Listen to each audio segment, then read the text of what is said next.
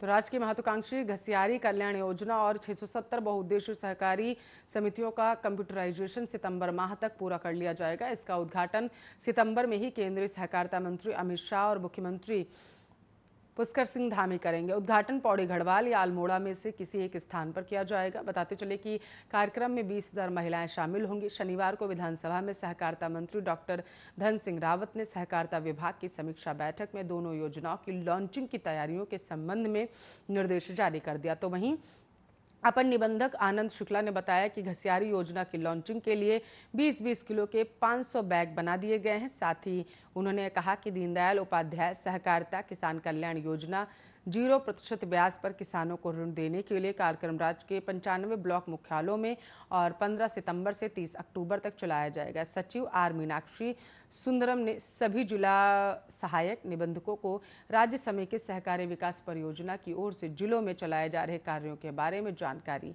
हासिल की है।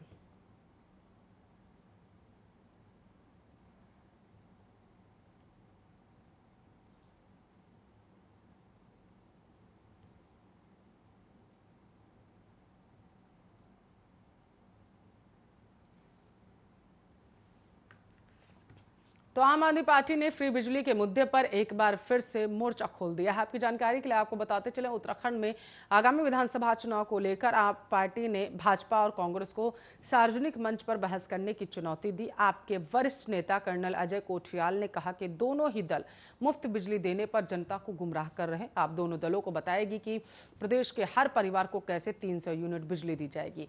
कोठियाल ने जारी बयान में कहा है कि दिल्ली के मुख्यमंत्री अरविंद केजरीवाल ने जब से प्रदेश के हर परिवार को 300 यूनिट मुफ्त बिजली प्रतिमाह देने की बात कही है, तब से भाजपा और कांग्रेस में खलबली मच गई है। दोनों ही दल प्रदेश के लोगों को उनका हक देने के पक्ष में जुट गए हैं। मुफ्त बिजली को लेकर दोनों दलों का स्टैंड साफ नहीं है। साथ ही उन्होंने कहा कि भाजपा और कांग्रेस को मुफ्त बिजली के मुद्दे पर खुली बहस की चुनौती दी है। दोनों दल सार्वजनिक मंच पर आकर फ्री बिजली देने की योजना को जनता के सामने रखे, जबकि आप भी यह बताएगी कि सत्ता में आने के पर 300 यूनिट बिजली मुफ्त कैसे दी जाएगी। आपने पूरी योजना बनाकर ही फ्री बिजली का ऐलान किया।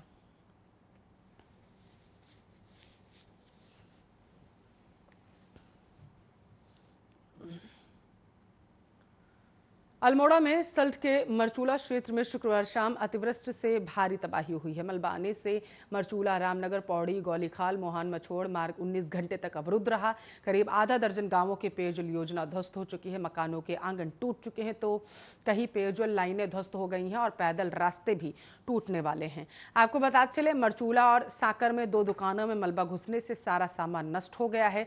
प्रशासन इन मार्गों में 19 घंटे बाद शनिवार दिन में यातायात बहाल कर सकता है। इस बीच तहसील क्षेत्र के झड़गांव, मरचूला, साकर, चिमटा खाल, हरड़ा जैसे स्थानों पर रात शुक्रवार शाम 5 बजे से 10 बजे तक काफ़ी अधिक बारिश हुई है, जिसके चलते नदी नाले उफान पर हैं और ऊपरी क्षेत्रों से गधेरों में काफ़ी मात्रा में मलबा बहकर आ गया है। तो वहीं लोग इस घटना को बादल फटना बताने लगे हैं। मलबे में रामनगर, मरचूला, डोटियाल मार्ग, झड़गांव, मरचूला, साकर में मरचूला, पौड़ी, NH पर मरचूला में मरचूला, गौलीखान मार्ग में मरचूला के पास मोहान मछोड़ और मार्ग में हरड़ा, भौनखाल के पास काफ़ी मात्रा में मलबा आ गया है, जिसकी वजह से लोग काफ़ी परेशानियों का सामना कर रहे हैं।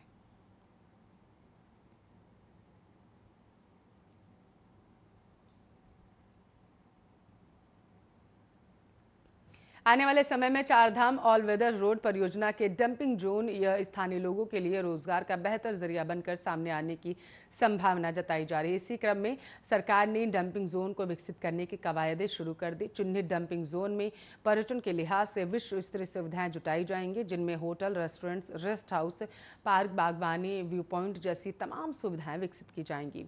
इससे सैकड़ों स्थानीय युवाओं को रोजगार मिलेगा। बताते चले कि चारधाम ऑल वेदर रोड परियोजना की परिकल्पना के साथ ही डंपिंग जोन से विकसित होने वाली भूमि के सहयोग की योजना पर काम किया जा रहा है। तो वहीं कुल 889 किलोमीटर लंबी सड़क परियोजना में 350 डंपिंग जोन विकसित किए गए, जिनमें से फिलहाल 54 डंपिंग जोन को योजना विकसित करने के लिए उपयुक्त पाया गया है। साथ ही इन डंपिंग जोन से 95,244 वर्ग मीटर भूमि विकसित हुई है और यह 54 डंपिंग जोन पर है जो पूरी तरीके से विकसित है, यानी इनका लेवल जो है सड़क तक पूरा हो चुका है। इसके अलावा दूसरे डंपिंग जोन के पूरी तरीके से विकसित हो जाने के बाद सैकड़ों बीघा अतिरिक्त भूमि और मिल जाएगी, जिस पर दूसरी पर्यटन योजनाएं बनाने का काम बाद में किया जाएगा। शनिवार को कैबिनेट मंत्री सतपाल महाराज ने इस संबंध में अधिकारियों के साथ बैठक कर लंबी चर्चा की।